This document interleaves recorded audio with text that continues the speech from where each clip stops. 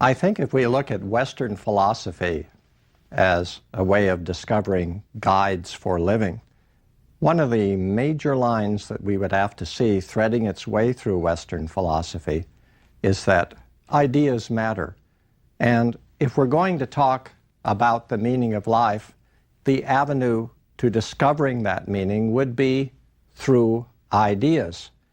For the Greeks, the ideas were of the sort that as spectators we would come to contemplate, and that might raise us beyond the normal world as we understand it.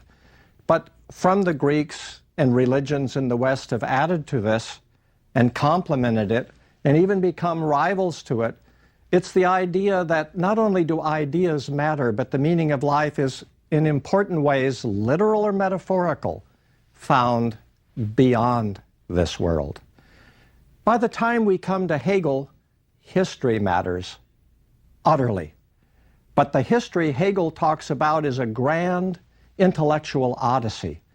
And we are both in it, but can also tell a story about it that allows us to appreciate that grand intellectual odyssey, that journey of history. And of course, whether it's the Greeks or if it is Hegel, a grand vision is presented. Now again, in our last two lectures, we've looked at a great alternative to that. Or is it an abysmal one, a very pessimistic one, where ideas do not finally matter because life itself does not matter. And we saw through Schopenhauer the idea that it is disengagement from the world and from allowing life to agonize us that constitutes what meaning life might have for us. But let's now consider guidance in living, as philosophy might hope to provide it, can be understood as seeking some form of escape from the world, or as seeking conquest of or reconciliation with the world. In any of these alternatives, the world we find ourselves in must be understood for what it is. Now, influencing Karl Marx greatly, a German philosopher who lived from 1818 to 1883 and actually lived most of his adult life in London, for Karl Marx, and influencing him greatly, not only negatively but positively, was how Hegel understood our very human nature, and how Hegel understood that nature to be bound up in socio-political and economic circumstances. The early Hegel, the exciting Hegel whom we've talked about before, who wrote the Phenomenology of Spirit in 1807, had a very positive influence on Marx, a very positive influence. And this Hegel saw circumstances as often in need of a very, very dramatic alteration. And in fact, we talked about that in relation to a famous passage in Hegel, which is referred to as, and written as, Freedom and Terror. And it involves, in this early Hegel who so influenced Karl Marx, three possible outcomes. One outcome was this, that there could be, if our legitimate needs weren't met, the requirement for a kind of revolution. But an outcome of that revolution might well be that we have nothing but chaos in the wake of a radical revolutionary change. And another outcome that Hegel thought was possible if we sought our freedom through radically overturning things was that we could come into a situation that was worse, not better. And a third outcome, and the one that mattered most to this early Marx, was that we would reach a situation, if we took the revolutionary step, where circumstances would be better. The early Hegel, thinking at least three outcomes were possible: a revolution ending in chaos, a revolution ending in a worse situation and a revolution ending in a better situation. It's funny. This Hegel thought that the French Revolution was the right thing to have done. He said it had many terrifying consequences, but we learned a lot from it. And Hegel actually thought that the book he wrote, The Phenomenology of Spirit, reflected on and figured out what that revolution meant and could understand what the right outcome would look at and look like, whether the French had specifically reached that outcome or not. So this early Hegel, the Hegel who thought revolution was, in a way, a very, very dangerous thing to undertake, but at the same time filled with possibilities, this early Hegel very much enchanted and inspired Marx. Let's consider further, because something happens with the work of Hegel. That is the work of a later Hegel, about 20 years later, who is a very negative influence on Marx. He's a negative influence because this Hegel celebrates the virtues of Prussian society and claims that the structures of Prussian society were supportive of our human identity and required no essential alteration. If the early Hegel thought revolution was a very precarious undertaking but might need to be done, the later Hegel thought there was no need, there could be piecemeal reform, everything was fine. Now, famously, it's said that if Hegel found in middle-class Prussian society a heaven in the 1820s, Marx found in it a hell. Marx believes that institutional arrangements of the world in which we find ourselves often, and it was the thought Marx had in his time, they often do not reflect, they don't respond to human need, and they don't speak to the potential of our human nature.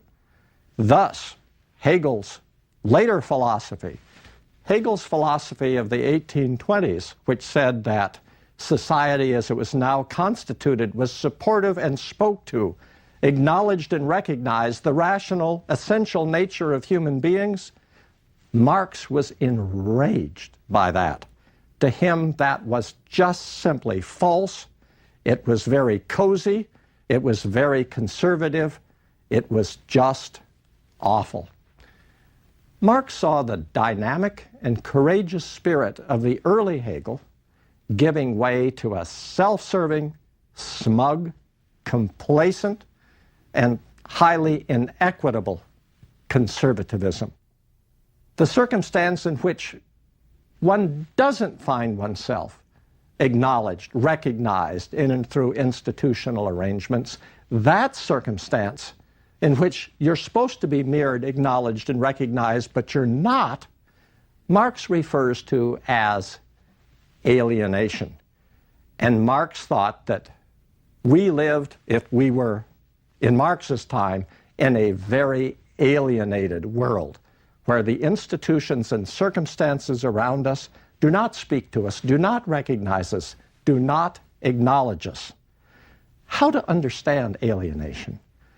Perhaps it's best understood as follows. We are alienated if we're disconnected from circumstances, from something to which in an important way we belong, which is meant to be supportive of us. And though we're meant to belong and that is meant to be supportive of us, if it doesn't support us, then we are in a condition of alienation. It is essential to us, but somehow we are disconnected. It does not speak to us. It does not nurture, sustain, and support us, yet we need it. If that's the circumstance, we are alienated. And Marx thought that we lived in a state of alienation. The socioeconomic circumstances and dynamics in which a person is enmeshed, Marx thought, were often circumstances that were, in this sense, alienating. Philosophers often take our basic relation to the world to be the most revealing and the most important indicator of our own nature and of the world's most basic features.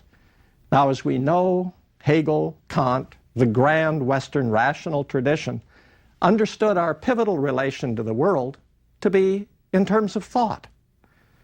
I mean, after all, Hegel confirms the Western valuing of rational comprehension as our highest capacity. And in both the Greeks and Hegel, it's importantly spectatorial, though Hegel directs such knowledge toward the concrete, social, and cultural world of his time, not beyond it, but Hegel thought we could absorb and live fully rationally comprehending through ideas the world we live in. And as we've looked at before, Hegel by the 1820s actually believed that the world in which we found ourselves, and for him that was Prussia, that it incorporated the completion of history. If you mean by history the unfolding of the ideas that could and do matter to the human spirit. And Hegel, as we know, understood knowledge as a continuing recapitulating and reintegrating and absorbing and appropriating of what already can and is known in the richness of its full content. But for Hegel, for the tradition, the world that's revealed that way, those features can be and must be pervasively and constantly the object of rational comprehension. Let us pause for just a moment. Let us pause to consider. There's a famous remark Marx makes, and it's helpful to note it. Marx says, what we need to do is not understand the world. He actually thought that in important ways the world was already understood. Marx thought that the basic problem was to change the world, because who we are is dependent on how life in the world is for us. And if we're to believe Marx, we understood all too well what our life in the world was like. And if that should really matter to us, the way our life in the world was for us was not good. And philosophy told us what that world was like. But Marx said the business is not just to understand the world, it's to change it. We must change it. And philosophy can't bring that about. So the meaning of life is not going to be found through philosophical knowledge. It's going to be found through a kind of acting that changes the world. Well, Marx understands our most crucial and our most revelatory relation to the world to be through work. The word often used is labor. We don't really have an adequate term that explains to us exactly what Marx had in mind. I think we understand it easily from our ordinary experience. If the grand philosophical tradition thought thought was the most important thing, and that was what mattered, Marx thinks that our concrete, practical engagements in the world express most fundamentally our own natures as human beings. Because our true nature as human beings is not to be thinkers. It's to be agents, unavoidably and deeply constitutively involved in productive activities, work activities, that are often and importantly cooperative, and that such work activities are not the lower part of our nature, the higher part being what matters, and that would be thought. No, the engagement through the activity of work, what we call labor, is something that reveals us as we really are, and what it reveals as well is a very malleable world of socioeconomic relations and forces. And the natural world, through the work we do, is drawn into that. The materials of the world become part of that. And what Marx tells us is that ideas, the fancy things that philosophers bounce around, they actually are derivative from this matrix of relations and forces. We should consider this for a moment. We should pause. We should think about what Marx has told us, because it represents an extraordinary change in philosophical thinking.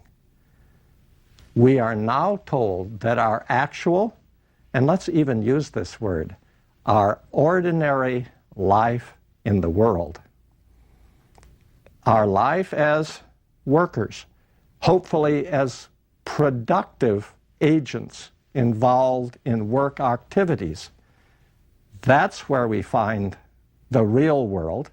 And those activities in that real world, those are the activities that are and reveal to us what our nature is. We're not minds and bodies, and our minds think.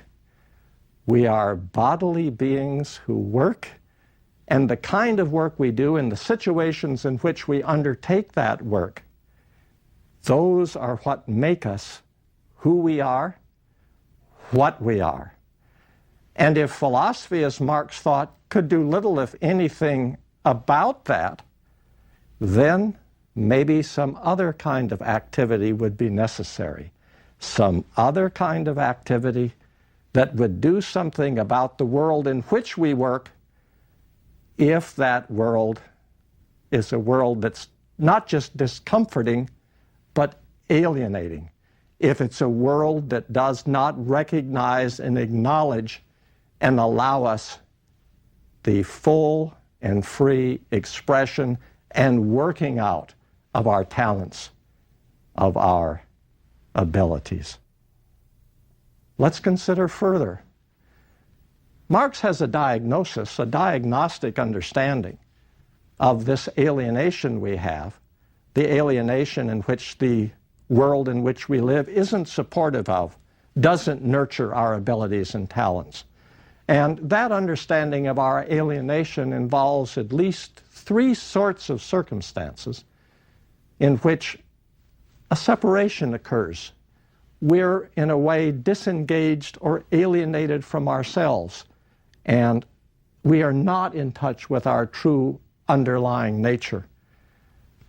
He talks about this in a very engaging way. In a positive, non-alienating circumstance where we are working in the world, the product that results from our activities. We have productive activities and a product comes from them.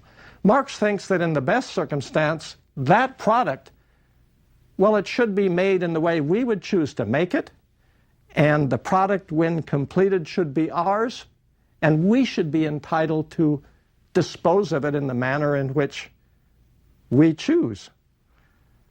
If this occurs, then we have used our talents as we would wish, and we have been involved productively as free and self-determining beings. And Marx says if we were to live in that world, and Marx thought in his time we didn't, the result, the product that we would make in our own way, on our own terms, could then be construed as an expression of our talent, an expression of ourselves as producers. It could be viewed not just as a product, but as a dimension of ourselves. It could be construed as part of the very matrix of our nature. Now, the activities that are involved and the results of these activities, the products that we do, that we bring about in our work, they're understood by Marx to enter into the very constitution of us as people, who are their producers. Through such activities, people, Marx believes, have the opportunity to become who they really are, much more so than through the ideas and thoughts that people might happen to have. Marx, and this itself is revolutionary, construes ideas and thoughts as mere epiphenomena. That is to say, impotent results of underlying activities, but not contributors to these activities. In other words, only effects, not causes. If Hegel and philosophers have thought that ideas move the world, Marx actually thought that the world in which we are enmeshed as employees, as workers, That is the real world, and that is the world that determines ideas. It is not ideas that move the world for Marx. It is the actual world in which we find ourselves engaged in work that produces, whether we are willing to see it or admit it, the ideas that we live by.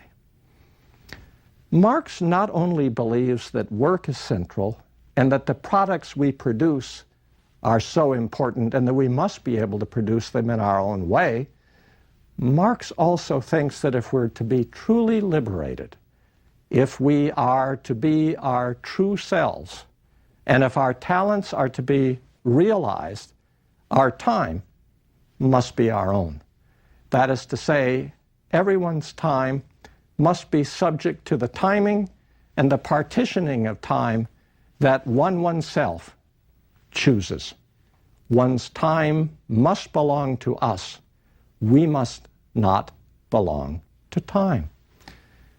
Even as early as the Stoics, probably before that, we have the notion that our relation to our own time is most intimate, and to give it over to someone else is to impoverish ourselves.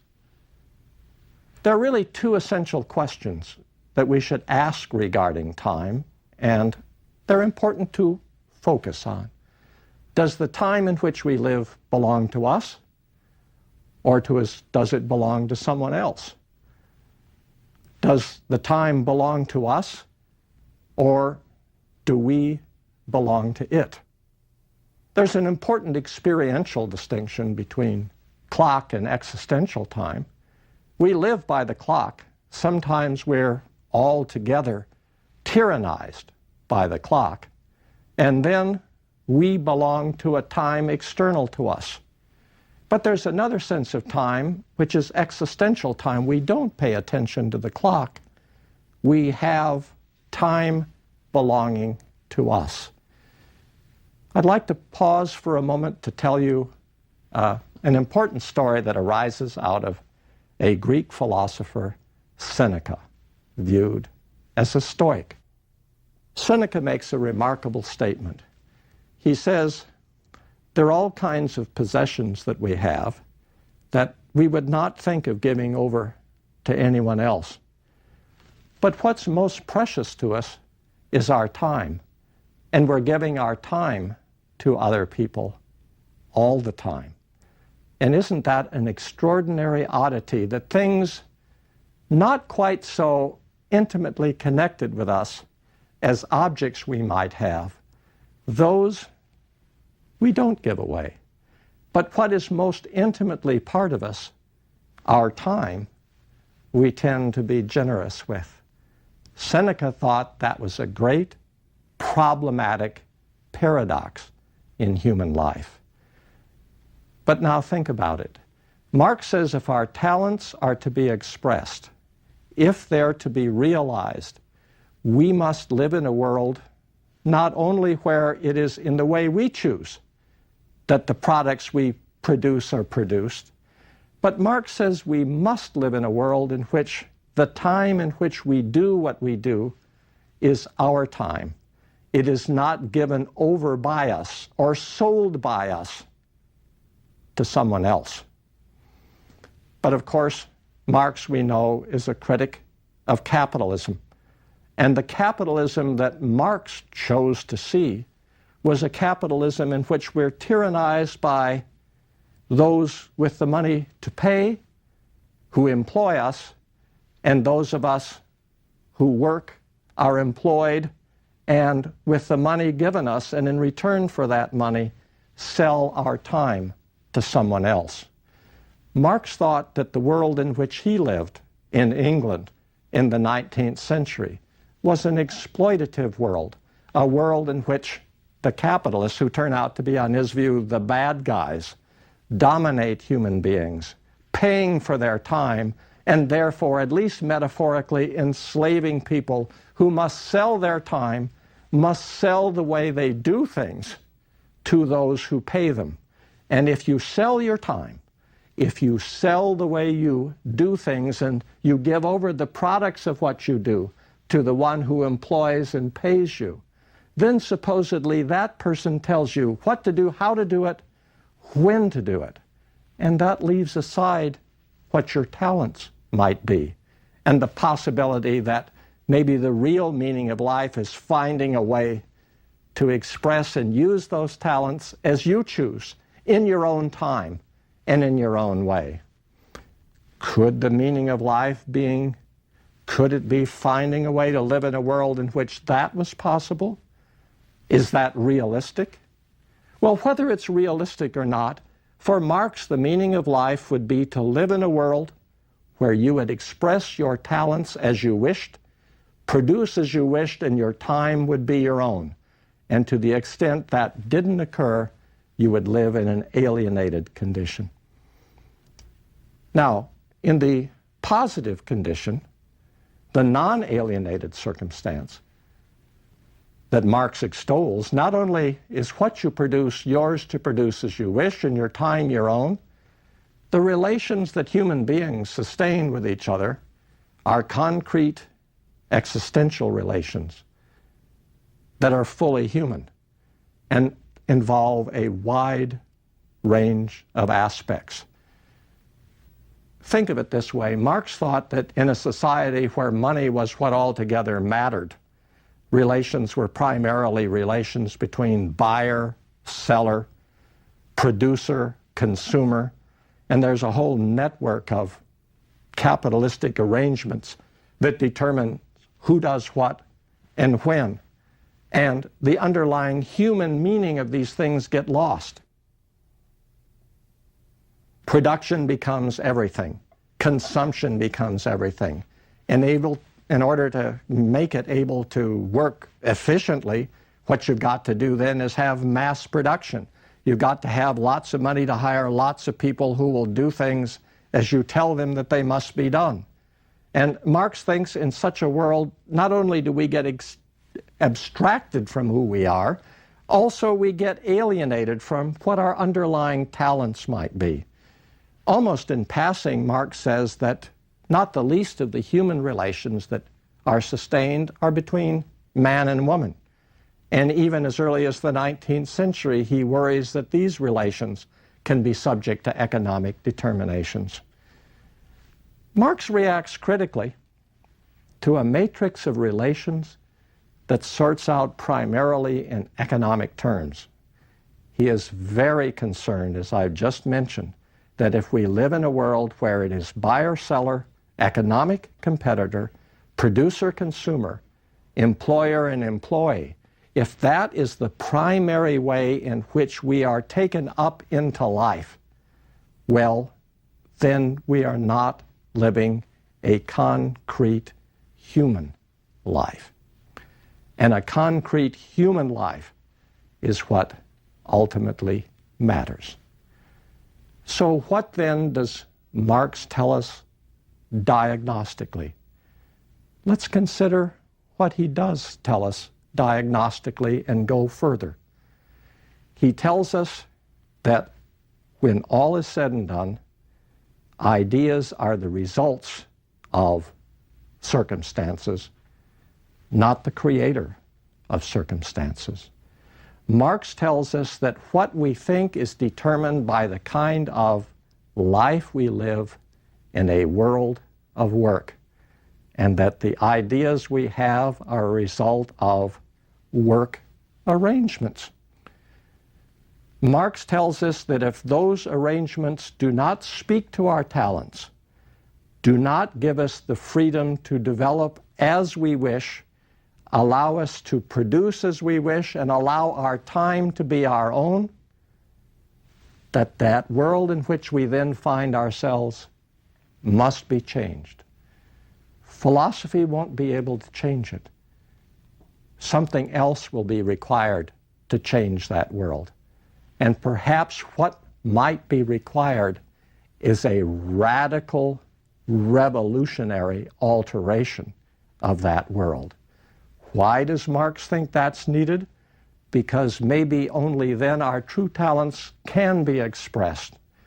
And if the meaning of life is how we are in the ordinary world as workers, then probably we'll have to look aside from philosophy.